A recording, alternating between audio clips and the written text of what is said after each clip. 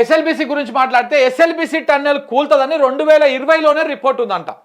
ఇది నిన్న ఒక జాతీయ మీడియా ఒక సంచలన కథనం రాసింది ఎస్ఎల్బిసి మీద. వాస్తవానికి ఇది మనము ఎన్నడూ వారం క్రితం శ్యామ్ ప్రసాద్ రెడ్డి గారు ఇంటర్వ్యూ చేసినాం, గుర్తుకుందా మీకు? అప్పుడే మనం దీని మీద మాట్లాడినాం, అప్పుడే దీని మీద మనం చర్చించినాం. ఆ ఇంటర్వ్యూలో కూడా చెప్పిండు వారు 2000 ఎస్ఎల్బిసి టన్నెల్ కూల్తుందని చెప్పేసి, టన్నెలు కూలేటువంటి ప్రమాదం ఉంది అని చెప్పేసి 2019, 2020లోనే ఒక రిపోర్ట్ వచ్చింది. ఏంటంటే 13.8 నుంచి 13.9 కిలోమీటర్ల మధ్యలో ఇది షియర్ జోన్ అనేది ఒకటి వచ్చింది. ఈ షియర్ జోన్ అంటే ఏంటిదంటే, ఇప్పుడు ఇట్లా పెద్ద రాయి ఉందనుకో, ఇగో ఇట్లా పెద్ద రాయి ఉన్నాయనుకో, ఇగో ఈ మధ్యలో ఉన్నటువంటి గ్యాపే షియర్ జోన్. ఇదంతా మెత్తటి భూమి ఉంటుంది అనమాట. అంటే ఒక రాయికి మధ్యలో ఒక గ్యాప్ ఉంటుంది కదా, ఆ గ్యాప్ ఎక్కువ వచ్చింది. ఈ గ్యాప్ ఈ 18.8 నుంచి 13.8 నుంచి 13.9 మధ్యలో ఒక 13 మీటర్ల మేర, 13 మీటర్ల 8 మీటర్ల మేరను ఇగో ఈ గ్యాప్ వచ్చింది. ఈ మెత్తటి పొర వచ్చింది. ఈ మెత్తటి పొర రావడం ఎప్పుడు ఇది వచ్చిందని ఎప్పుడు గ్రహించారు? 1920లోనే గ్రహించారు. ఈ సొరంగం కొట్టేటువంటి కంపెనీ ఆ రిపోర్టు చేసింది, వార్నింగ్ ఇచ్చింది. ఇది అధికారులకు చెప్పారు, వాళ్ళకి చెప్పారు, అందరికి చెప్పారు. ఈ షియర్ జోన్ ఎట్లా అధిగమించాలి అనేటువంటి దాన్ని కూడా కొంత వాళ్ళు చెప్పడం జరిగింది. మరి ఎట్లా ఈ నుంచి ఎట్ట దాటాలి, ఇక్కడ నుంచి ఇప్పుడు కొట్టుకుంటా పోతుంది కదా సొరంగం, ఇక్కడ నుంచి ఎట్ట దాటాలి అంటే ఈ మెత్తటి పొర ఏదైతే ఉందో ఈ కిందికెళ్ళి ఇట్లా బోర్లు వేయాలి. బోర్లు అంటే కిందికెళ్ళి ఇట్లా హోల్స్ పెట్టి ఇందులో సిమెంట్ కాంక్రీట్ నింపాలన్నమాట. ఇట్లా సిమెంట్ కాంక్రీట్ నింపేసి ఇది బిర్రుగా అయ్యేదాకా వెయిట్ చేసి, అంటే మళ్ళీ ఈడ మనం సొరంగం నవ్వుతూ ఉంటే ఈ పొర జారి కిందికి రాకుండా ఈడ మొత్తం దీంట్లో సిమెంట్ కాంక్రీట్తో నింపేసి కొన్ని రోజులు వెయిట్ చేసి మళ్ళీ దాన్ని పరిశీలించి, ఒకవేళ సొరంగం కొడుతుంటే అది కిందికి జారదు అని చెప్పేసి క్లారిటీ వచ్చిన తర్వాత సొరంగం పనులు స్టార్ట్ చేయాలి. కానీ మన రేవంత్ రెడ్డి గారు సర్కారు, మన జ్యూస్ మంత్రి గారు, మన ఇరిగేషన్ మంత్రి గారు వీళ్ళందరూ కలిసి 15 నెలలనే అయిపోవాలి టన్నెల్ అని చెప్పేసి మేఘాల మీద ఉరుకులాడి దాన్ని ప్రారంభించిన వారం రోజులకే అది కూలిపోయింది. అలా 8 మంది చనిపోయారు. దీనికి కారణం ఎవరు? ఈ శతగాని ప్రభుత్వం. మళ్ళీ రేవంత్ రెడ్డి ఏం మాట్లాడతాడు? కేసీఆర్ వల్లనే కూలిపోయింది అని చెప్తాడు. కేసీఆర్కి 2018-19లో వస్తే వాళ్ళు ఎందుకు పక్కన పెట్టిర్రు? ఇదేదో షియర్ జోన్ ఉన్నది, ఆడ తేడా ఉన్నది, అది జరిగితే ఏమన్నా ప్రమాదం జరగవచ్చు అని చెప్పేసి వాళ్ళు ముందే గ్రహించే వాళ్ళు అక్కడికి ఆపేసారు. దానికి తోడు ఆ కంపెనీ కూడా దివాలా తీయడం, కాంట్రాక్ట్ కంపెనీ, వానికి ఎన్ని ఇచ్చినా కానీ బూడిలో పోసిన పన్నీర్ లెక్కనే తిరుపతిలో వేసుకున్నట్టే మొత్తం పోయినట్టే వాడు వేసుకుంటున్నాడు తప్ప పని ముంగలు కోతలేదు. అది మొత్తానికి అట్లా ఆగిపోయింది. ఇది జరిగినటువంటి వ్యవహారం. ఈ విషయం ఇప్పుడే తెలిసినా కూడా ఇది మన దగ్గర కూడా ఉన్నది, ఛానల్లో కూడా ఉన్నది, చూపిస్తాను మీకు. 2000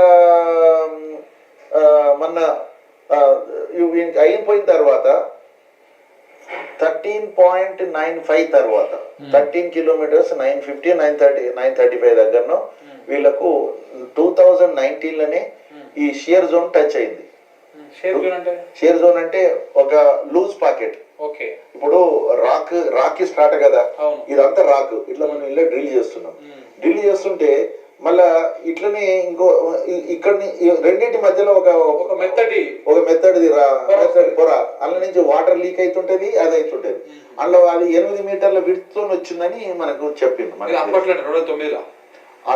దాని తర్వాత తెలిసింది 2000 తర్వాత డ్రిల్లింగ్ చేస్తుంటే తెలిసింది వీళ్ళకి 2000 అంటే 8 మీటర్లది అది ఉన్నది విడ్త్ అని.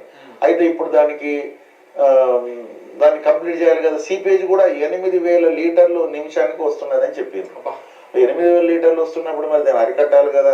అరికట్టింది ఎట్లా పోతారు? దీన్ని షియర్ జోన్ వాళ్ళకి. ఇంకోటి ఏంటంటే హిమాలయాలలో ఆయన ఎప్పుడు మనం వారం క్రితం అప్పుడు చేసిన ఇంటర్వ్యూ, ఇట్లా 2 రాళ్ల మధ్యలో ఒక మెత్తటి పొర వచ్చింది. ఈ మెత్తటి పొరని అధిగమించాలి. 8 మీటర్ల మేర వచ్చిందంట. ఇప్పుడు ఆయన చెప్పిండు కదా, దీంట్లో 10,000 లీటర్ల వాటర్ ఎప్పుడు సీపేజ్ వస్తా అంటే వాటర్ వస్తూ ఉన్నాయి అల్లకెళ్ళి. సో కాబట్టి దీన్ని అరికట్టాలంటే ఏం చేయాలి? ముందు దీన్ని ఫిల్లింగ్ చేయాలి. ఫిల్లింగ్ చేసిన తర్వాత కార్యక్రమాలు చేయాలి. కానీ వీళ్ళు చేయలేదు. అది ముందుకు పోయింది, ఆగమైంది, మొత్తం శర్వాకం అయిపోయింది. ఇదే విషయం మీద కేటీఆర్ స్పందించిండి నిన్న. దాని మీద సిట్టింగ్ జడ్జి తోటి విచారణ చేయించాలి. 2019-20లోనే ఈ రిపోర్ట్ ఉన్న ఎందుకు షియర్ జోన్లో వార్నింగ్ బెల్ ఉన్నా ఎందుకు వీళ్ళు ముందుకు పోవాల్సి వచ్చింది, దేనికోసం పోవాల్సి వచ్చింది, ఇవన్నీ కూడా దీని మీద విచారణ చేయించాలి. 8 మందిని పొట్టన పెట్టుకుంది కాంగ్రెస్ ప్రభుత్వము. రేవంత్ రెడ్డి చేతగానితనం వల్ల అనేది జరిగింది. ఆయన కనీసం పర్యవేక్షణ లేకపోవడం వల్ల జరిగినటువంటి వ్యవహారమే ఇది అని చెప్పేసి ఇగో నిన్న వారు మాట్లాడడం జరిగింది. ఇంకా నిన్న మరొక వైపు 13 రోజులు అయిపోయింది నిన్నటికి, ఏది ఈ టన్నెల్ కూలిపోయిన కార్యక్రమం. ఇంకా ఆ 8 మంది ఆచూకి దొరకలేదు. ఇక నేను చెప్పినా కదా ఓ రోజు ఎన్టీవీ, ఆర్టీవీ ఈ ఛానల్ అన్నీ ఓపెన్ చేసి తమ్నేల్ చూపించి చెప్పిన గుర్తుకుందా. ఇక దొరికేసినాయి, అర్ధగంట సేపట్లో అందరు బయటకు వచ్చేస్తారు, అంబులెన్సులు రెడీ అని చెప్పేసి హంగామా ఆర్భాటం చేసారు. నేను ఆ రోజే చెప్పిన ఈ మీడియా అంతా బోకర్ మీడియా రా బాబు, ఇవేవి కూడా వాస్తవాలు చెప్పదు, జర నిజము లేట్ అయినా పర్వాలేదు నిక్కచ్చిగా చెప్తే బాగుంటుంది కదా అని చెప్పేసి మనం మాట్లాడినాం. ఆయన ఇంకో ఇప్పటికి 13 రోజులు అయిపోయింది. ఇంకా అయితే ఆడ మెత్తటి పొర ఉంది, ఆడ మెత్తగా కనపడ్డాయి, శరీర అవయవాలే కనపడ్డాయి, భాగాలు అవి అని చెప్పేసి అన్నీ బోకర్ ముచ్చట్లు చెప్పారు. వాస్తవానికి ఇప్పటిదాకా ఇంకా దొరకలే. ఆడ ఒక అడుగు ముందుకు పోతే 4 అడుగులు వెనక్కి పడతా ఉన్నారు. అందులో సింగరేణి కార్మికులు కష్టపడతా ఉన్నారు వాళ్ళు. ఇప్పుడు అందులో లోపల పోయేట పరిస్థితి కూడా చాలా కొంత ఇబ్బందికరంగా ఉన్నది. ఎందుకంటే ఈ షియర్ జోన్ నుంచి సీపేజ్ భయంకరంగా వస్తూ ఉన్నది, వాటర్ వస్తూ ఉన్నది, బురద వస్తూ ఉన్నది. ఇవన్నీ కూడా చాలా దుర్భర పరిస్థితులు ఉన్నాయి లోపల, అంత ఈజీగా లేదు పరిస్థితి లోపల. ఇంకేమని చెప్పి దుర్వాసన వచ్చేస్తుంది మొత్తం లోపలికి వెళ్ళి, గబ్బు స్మెల్ వస్తున్నది, ఏవేవో రాసిరు, అంతా ఉత్తదే. ఇప్పుడు చివరికి ఏం చేసిరు, అక్కడెక్కడ క్యాడవర్ డాగ్స్ అని చెప్పేసి కేరళ నుంచి 2 కుక్కలను పట్టుకొచ్చారు. అవి కనీసం వాసన పసిగడతాయేమని చెప్పేసి. ఇక మరి ఏమైందో తెలియదు. ఇప్పటిదాకా జరిగి దాదాపు 13 రోజులు అయిపోయాయి. ఇప్పటిదాకా ఏది కూడా ముందుకు పోలే.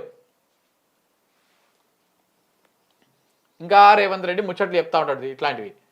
ఇక అయిపోయా, రేపే వచ్చేస్తుంది, బయటకు వచ్చేస్తుంది, చేస్తామని చెప్పేసి. ఇంకా అందుకే మొన్న పోయి అన్నాడు, ఏంటది మన ఇక్కడెక్కడ వరంగల్ దగ్గర అదే దేవాదుల లిఫ్ట్లో 5గురు చచ్చిపోతే అలా కూడా ఇట్లనే అయితే 5 ఏళ్ళ తర్వాత తెలిసింది, 5 ఏళ్ళ దాకా దొరకలేదు అని చెప్పారు. మరి ఇది కూడా అంతే పడుతుందేమో. ఆయన ఇండైరెక్ట్గా చెప్పిండు అదే కథ. గివ్ ఏనికి చేత కాదు కానీ ఫ్యూచర్ సిటీ కడతారంట ఆయన. టన్నెల్లో ఇరుక్కున్నటువంటి ఒక 8 మందిని తీసుకురాలేకపోయారు, ఆ టన్నెల్ని చక్కగా చేయలేకపోయారు. ఈయన ఫ్యూచర్ సిటీ కడతాడు, ఫ్యూచర్లో అద్భుతంగా ఒక సిటీ నిర్మాణం చేస్తాడు. ఇవన్నీ ఏదో తోలుబొమ్మలాట లెక్క ఉంది కథ తప్ప ఏం సమాధానం లేదు.